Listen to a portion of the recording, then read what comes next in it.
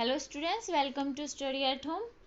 तो आज इस वीडियो में मैं DECE 1 के कुछ इम्पोर्टेंट प्रश्न उत्तर है वो डिस्कस कर रही हूँ आप लोगों के साथ। वैसे तो मैंने इन सब के आंसर आप लोगों को लगभग करवा दिए हैं, जैसे कि जो DECE 1 के जो प्रीवियस ईयर क्वेश्चन पेपर है ना, उनमें से कुछ हो गए हैं।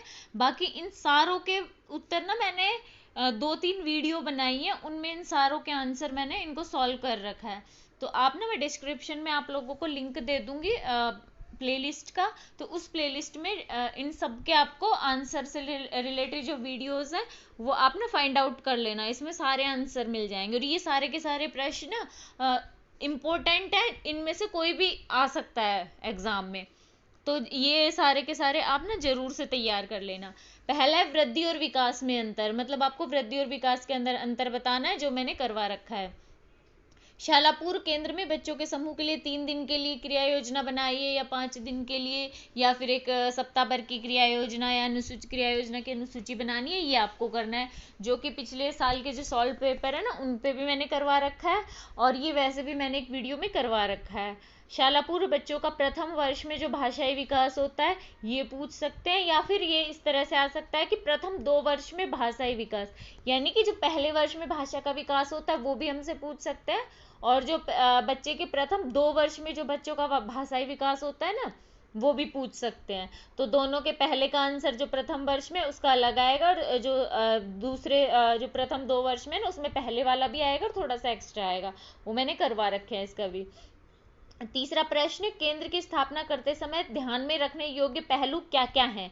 या फिर इस तरह से पूछ सकते हैं कि जब भी हम केंद्र में, जैसे केंद्र की स्थापना करेंगे ना, तो भीतरी स्थान की व्यवस्था करते टाइम ना कौन कौन से पहलुओं को ध्यान में रखना है। या फिर तीसरे तरीके से हमसे पूछ सकते हैं कि केंद्र में बाहरी स्थान चुनते समय ध्यान में रखने योग्य पहलू क्या है। यानी कि अलग अलग भी पूछ सकते हैं, भीतरी स्थान की व्यवस्था के लिए, या फिर बाहरी स्थान के लिए पूछ सकते हैं, या फिर केंद्र की स्थापना करते समय ध्यान में रखने योग्य पहलू, ये भी पूछ सकते हैं, जिसमें कि हमें दोनों के आंसर लिखने हैं।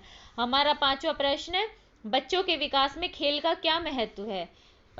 इसमें बच्चों के लिए ना, खेल खेल से बच्चे क्या क्या सीखते हैं, बच्चों का क्या क्या विकास होता है, वो सब इसमें आएगा। हमारा छठा प्रश्न है, परोपकारिता और समानुभूति शब्दों का अर्थ स्पष्ट कीजिए। अभी अगला प्रश्न, प्रश्न संख्या 7, आनुवांशिकता और परिवेश बच्चे के विकास पर किस प्रकार प्रभाव डालते हैं। या फिर आनुवांशिकता व परिवेश का विकास पर प्रभाव, ये ऐसे भी करके पूछ सकते हैं, ये भी एक इम्पोर्टेंट प्रश्न है। आठवां प्रश्न है, जो शालापुर शिक्षक है उसका उद्देश्य क्या है, उसका उद्देश्य बताइए। और ये पूछ सकते हैं कि जो शाला पूर्व बच्चों को अनुशासित करने के क्या क्या तरीके हैं।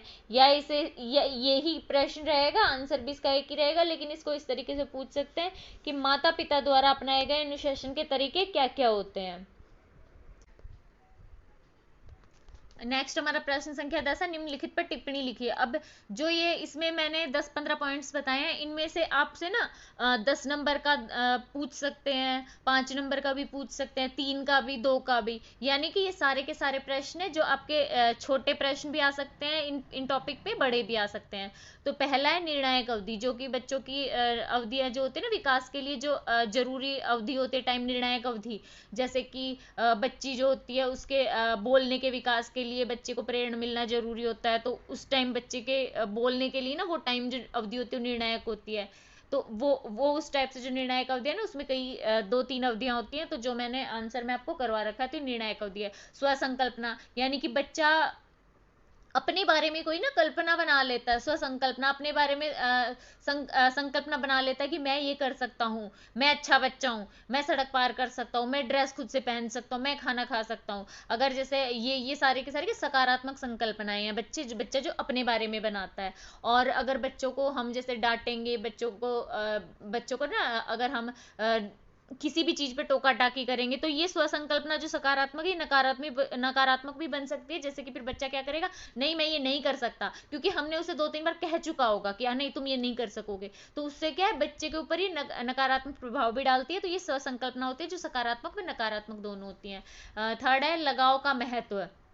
अब लगाव के महत्व में क्या लिखना है हमें कि जो बच्चे का माँ के साथ जो भावात्मक संबंध नहीं होता, दूसरों के साथ बनाया हुआ भावात्मक संबंध जो होता है उसे लगाव कहते हैं। जो कि बच्चा क्या है, माँ बच्चे का ध्यान रखती है पूरा। तो पहले बच्चा माँ के साथ भावात्मक संबंध बनाता है जिसे लगाव होता है। फिर बच्चा अपने पिता के साथ लगाव स्थापित करता है। उसके बाद बच्चा ना अपने घर के और सदस्य होते हैं ना, जैसे दादा दादी हो गए, या फिर घर में बड़ा कोई और है, चाचा चाची हैं, भाई बहन है, ये सब है ना, तो बच्चा उनके साथ भी लगाव स्थापित करता है। और उसके बाद बच्चा अन्य लोगों के साथ लगाव स्थापित करता है। नेक्स्ट है जीवत्वारोपण। जीवत्वारोपण का मतलब है बच्चे को ये लगता है कि जो चीज है, हम जिस चीज को देख सकते हैं, हमारे सामने जो चीज है वो जीवित है, यानी कि उसमें जान है। जैसे हम हैं वैसे ही वो चीज है। तो बच्चे उस चीज के अंदर ना जान, जीवित सोचते हैं सारी चीजों को। जैसे बच्चे को पेन है, पेन को भी बच्चे को लगेगा कि इसके अंदर जान है। बस जा रही है, बस में भी बच्चे को लगे कितने लोग बैठ गए, बेचारी बस तो थक जाएगी, इसमें ना इतने भारी भारी लोग बैठ गए, इतने सारे लोग बैठ गए, कितनी भारी होगी होगी, इसे दर्द हो रहा होगा। इस टाइप से सब चीजें ना उन्हें जिंदा लगती हैं बच्चों को। तो ये जीवत्वारोपण हो गया। क्रमबद्धता, किसी चीज को ना एक क्रम से लगाना, छोटे से बड़े क्रम में, जैसे 1 2 3 4, ये एक छोटा है, ये इससे बड़ा है, ये इससे बड़ा है, एक क्रम में लगाने की जो क्रमबद्ध करने की प्रक्रिया होती है ना, वो क्रमबद्धता कहलाती है। नेक्स्ट है कूजन, छठा। कूजन, जो छोटे बच्चे होते हैं ना, नवजात शिशु, बच्चे क्या करते हैं, जब बच्चे का पेट भरा हो, बच्चे संतुष्ट हो, है ना, खुश हो, तो उस टाइम बच्चे क्या करते हैं, कूजन करते हैं। कूजन का मतलब होता है समान स्वर के जो शब्द होते हैं ना, उसको मतलब लगातार बच्चे बोलते हैं, जैसे ऊ करके बोलते हैं ना, वो कूजन होता है। नेक्स्ट हमारा है कहानियों का महत्व। कहानियों का महत्व क्या है, बच्चों को कहानियों से क्या क्या शिक्षा मिलती है वो सब हम इसमें लिख देंगे। बच्चे कहानियों से, फिर बच्चे जैसे सोचते हैं, बच्चे संकल्पनाएं बनाते हैं, है ना, बच्चे तो इससे आत्मविश्वास भी बढ़ता है, बच्चे की संज्ञानात्मक विकास भी होता है, इसमें आप ये सब लिख देंगे। नवजात की योग्यताएं, जो छोटे बच्चे होते हैं ना, उनमें क्या क्या योग्यताएं होती हैं या क्या क्या विशेषताएं होती है, वो सब इसमें बताना है।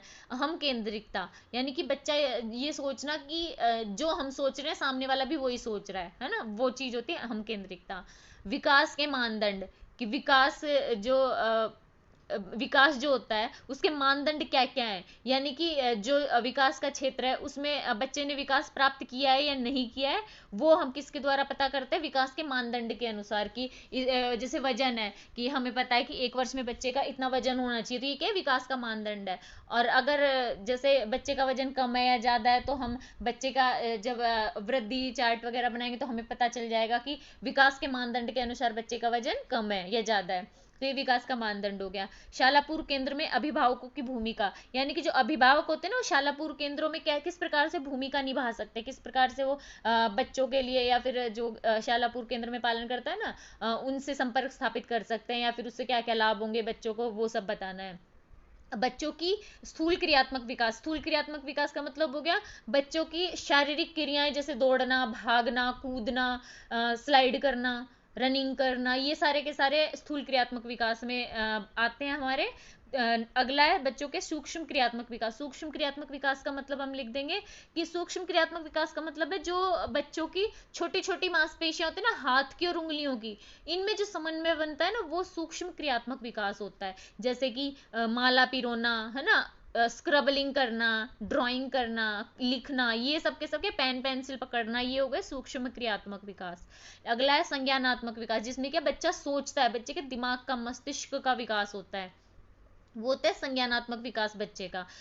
जैसे बच्चा किसी चीज से धीरे धीरे करके अपनी समस्याओं का समाधान खोजना शुरू कर देता है, बच्चा किसी कार्य को करने की पहल करता है, दूसरों को जैसे छिप रहे हैं तो बच्चा कुछ सोच के उनको ढूंढने लग जाता है, नए नए कार्य खोजता है, ये संज्ञानात्मक विकास हो गया। या फिर पुरानी बातों को याद करके और स्मरण करके सुनाता है, कहानी बनाता है, ये संज्ञानात्मक विकास में आएंगे। बच्चों का सामाजिक विकास, सामाजिक विकास का मतलब हो गया बच्चा लगाव स्थापित कर रहा है किसी के साथ, बच्चा विश्वास, माता पिता पे बच्चे का विश्वास हो रहा है, बच्चा दूसरों के साथ कितना खेल रहा है, दोस्तों के साथ बच्चा खेलता है, ग्रुप में अपनी चीजें शेयर करता है, अपनी बारी की प्रतीक्षा करता है, ये सारे के सारे बच्चे के सामाजिक विकास हो जाएंगे। तो ये मैंने बस एक एक दो दो लाइन में आपको बता दिया है। इन सबको पूरा का पूरा आंसर मैंने पीछे जो 2 3 प्रीवियस ईयर के क्वेश्चन पेपर सोल्व करवाए हैं उनमें मिल जाएंगे आपको। और इनके आंसर अगर आपको उनमें ना मिले तो प्लीज मैं ना डिस्क्रिप्शन में एक लिंक दे दूंगी आपको, DECE 1 नाम से, उसमें ना DECE 1 के सारे ये जो इंपॉर्टेंट क्वेश्चंस मैंने बताए ना 10, इनके सारे के सारे मैंने 4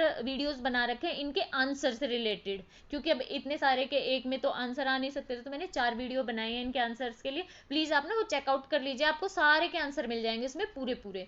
तो वो आप लोगों की एग्जाम की हेल्प के लिए ना बहुत ज़्यादा हेल्पफुल रहेंगे एग्जाम के लिए, तो प्लीज़ आप चेक कर लीजिएगा। और अभी नेक्स्ट आप लोग प्लीज़ बता दीजिएगा कि मैं पहले DCE 2 का या DC 3 के प्रीवियस ईयर्स क्वेश्चन पेपर करवाऊँ, क्योंकि क्या अभी DC 2 के पेपर में टाइम है और 3 के पेपर में तो फिर गैप नहीं है बिल्कुल भी। तो अब आप लोग किस हिसाब से तैयारी करोगे उस हिसाब से ना आप मेरे को प्लीज़ कमेंट बॉक्स में ज़रूर बता देना कि DECE 2 के पहले पेपर मैं सॉल्व करवाऊँ या DECE 3 के, तो मैं उस हिसाब से आप लोगों के लिए तैयार करवा दूंगी, एग्ज़ाम के लिए तैयारी करवा दूंगी। तो चलिए इसी के साथ ये वीडियो यहीं पे ख़त्म होता है। अगर वीडियो अच्छा लगा हो तो प्लीज़ चैनल को लाइक एंड सब्सक्राइब जरूर कर दीजिएगा। मिलते हैं अगले वीडियो में कुछ नई इन्फॉर्मेशन के साथ, तब तक के लिए आप सब लोगों को अपने एग्ज़ाम के लिए ऑल द बेस्ट।